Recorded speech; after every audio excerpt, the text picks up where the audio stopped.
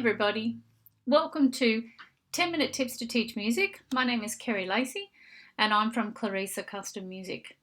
This week on 10-minute tips to teach music, I thought it would be good to do a podcast about my top 5 online resources that I use on a daily basis. I use them with my students, I use them for myself, so I thought I would go through them.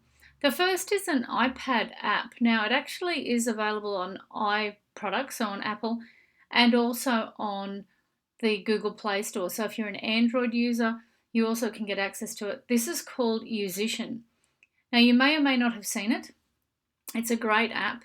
You have the opportunity to learn to play guitar, piano, ukulele, or bass, I think it is. And the app itself has lots of different levels. So you get a 30-minute lesson once a day for free.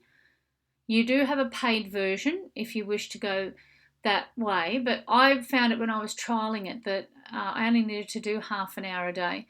That was fine, gave me enough stuff to get through. And after the 30 minutes, it'll stop giving you access to new material, but you still can go over the material you've just done. So for young students, it's quite good. I gave this link to a friend of mine who runs a ukulele class, and her little kids in grade 4 absolutely love it. They really do love it. They do it together as a whole class. So that's really cool. The good thing about the app is that if you can see this screen here, it actually has tells you where to put your fingers. It shows you what finger to actually use. Has little colours. It's a bit like Guitar Hero, I guess. And you travel along. Now, you don't have to plug your guitar in. You can do it acoustically, and it will register. The software will actually register your guitar playing. It'll tell you what you got right, what you didn't quite get right. You can go back through and you can change it. For guitar, you can do lead guitar or you can do rhythmic guitar. I tried it for a couple of weeks just at home. I've used it on my iPad. I've used it on my Mac desktop. I've used it on my phone using Android. So it's a great little Yousician app. If you've never seen it, do grab it and check it out. The next online source that I like to use is Jazz at Lincoln Center. Now, I run a jazz orchestra, and that particular group have a developmental program that they follow. And one of the things I like to do is get them to learn, look at by learning. So we do lots of watching and listening. We listen to a lot of our pieces of music that we're studying, and we look at some history and some background to each of those pieces. They are a big fan of old school swing, which is interesting. So Jazz at Lincoln Center certainly does help me out in that respect. You can see at the jazz.org website that they've actually got watch and listen, and they have a whole range of live webcasts and the Jazz Academy resources. If you're not familiar with this particular site, jazz.org, you might be familiar with the YouTube channel.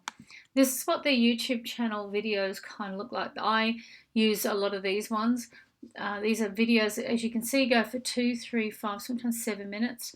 They have lots of things for all different types of instruments, everything from jazz sound on the saxophone to playing the guitar to particular drumming rudiments that are broken down. It does cover a whole range of things. There's trombone in here. There's use of plunger mutes, tunes. These are just the ones that I've saved for my students in order to listen to that we're specifically focusing on. So Jazz at Lincoln Center, the Jazz Academy videos, absolutely fantastic. I highly recommend you subscribe to them. They normally send an email once every couple of weeks, so it's not like you're going to get bombarded with new additions up onto the site. The third thing that I've been really using a lot of lately is John Bergman's site. This is a gentleman who's big into flipped learning. Now, he does a lot of conferences, you can see on the screen at his website that he runs a lot of conferences around the place, the global leaders. He also has a flipped learning mastery course that you can do online.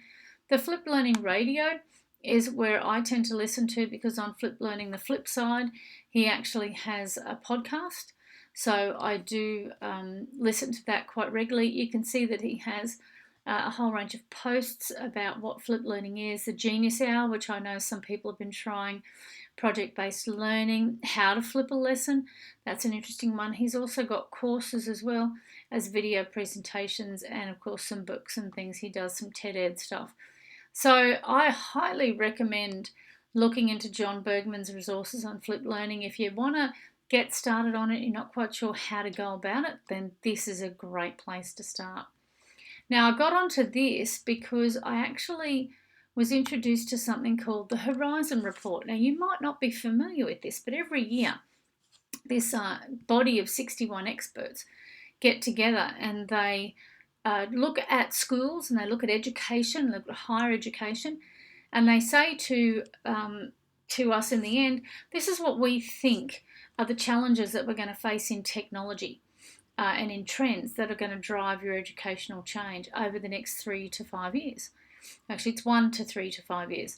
When you download the report looks a lot like this. In actual fact, this is the 2017 report.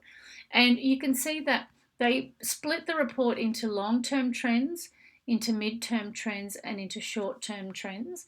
So at the moment, for the next 12 months, you can see coding as a literacy and the rise of STEAM learning seems to be coming through on a worldwide global view. Things that are a little bit more, a bit sort of taking a little bit longer for the next 3 to 5 years, it's looking at redesigning your learning spaces and looking at measuring learning. Okay, and deeper learning approaches are sort of, 5 or more years. Down the bottom here, they then have significant challenges. So what are the things that are really easy that we understand and we can work out how to solve? Well, authentic learning experiences and improving digital literacy. That's something we can do. What's something that's difficult that it's going to be a little bit harder for us to try and do as educators and teachers? Well, rethinking our role as a teacher and teaching something called computational thinking. And then they say that these are the things in here that are totally wicked and that we have lots of trouble defining, let alone actually thinking about a solution. And that's something called the achievement gap and sustaining innovation through leadership changes. So then, of course, further on down, it says these are the sorts of things you want to try and adopt in the next 12 months. Makerspaces and robotics. If you're not doing that in your schools, then maybe you might want to think about investigating that area. In the next 3 to 5 years, virtual reality and analytics is something that you probably, in the next 3 years. Artificial intelligence and the Internet of Things. It's an interesting series of discussions in that section. So this is something that I would highly recommend you have a look at. Along with the Horizon Report, you also get the Toolkit. So this is a copy of the 2017 Toolkit, and you can see that they've got it divided into things to adopt, impending things, and then educational things to sort of roll through. This is a actual device, or a document rather, that can give you an opportunity to lead it with your team at school. So you can see that they have provided you with discussion questions. You can find statements that link to each of them. So, for example, on on advanced cultures innovation, how do we encourage the development of new ideas currently? Does our current learning environment promote experimentation? How do we define success? How do we define failure? Should we rethink the definition? So this document actually gives you a whole range of questions you can start to ask yourself, your team of leaders, or the people that are in your faculty area to look at perhaps how things discussed in the Horizon Report might affect you at a school level. The very last one I like to do is I have just discovered this. It's called Minty Meter. I don't know if you've ever seen it. I used it in my class the other day with my year 12 students with a masterclass, Wordle. So we did a word cloud.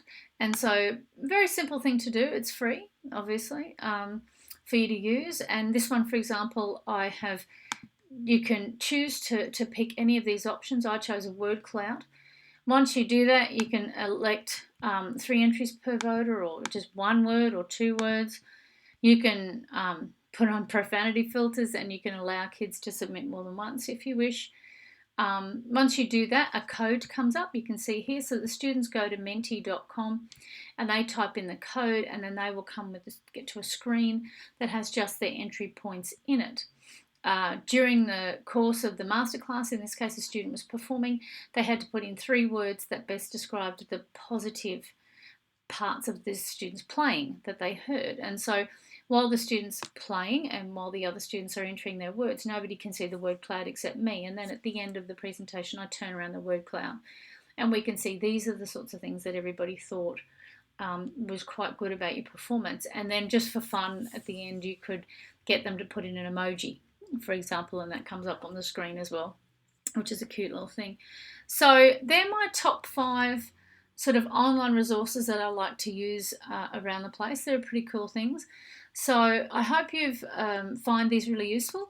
If you head on over to the website, clarissacustommusic.com.au, that's KLERRISA, you will find all the links. You'll find post in the standard posting area, and you'll find a link to all of these places. Everything as I've spoken to you: Yousician, Jazz at Lincoln Centre, John Bergman's Flipped Learning, the Horizon Report, and Minty Meter. That's it for this week. I look forward to talking to you a little bit later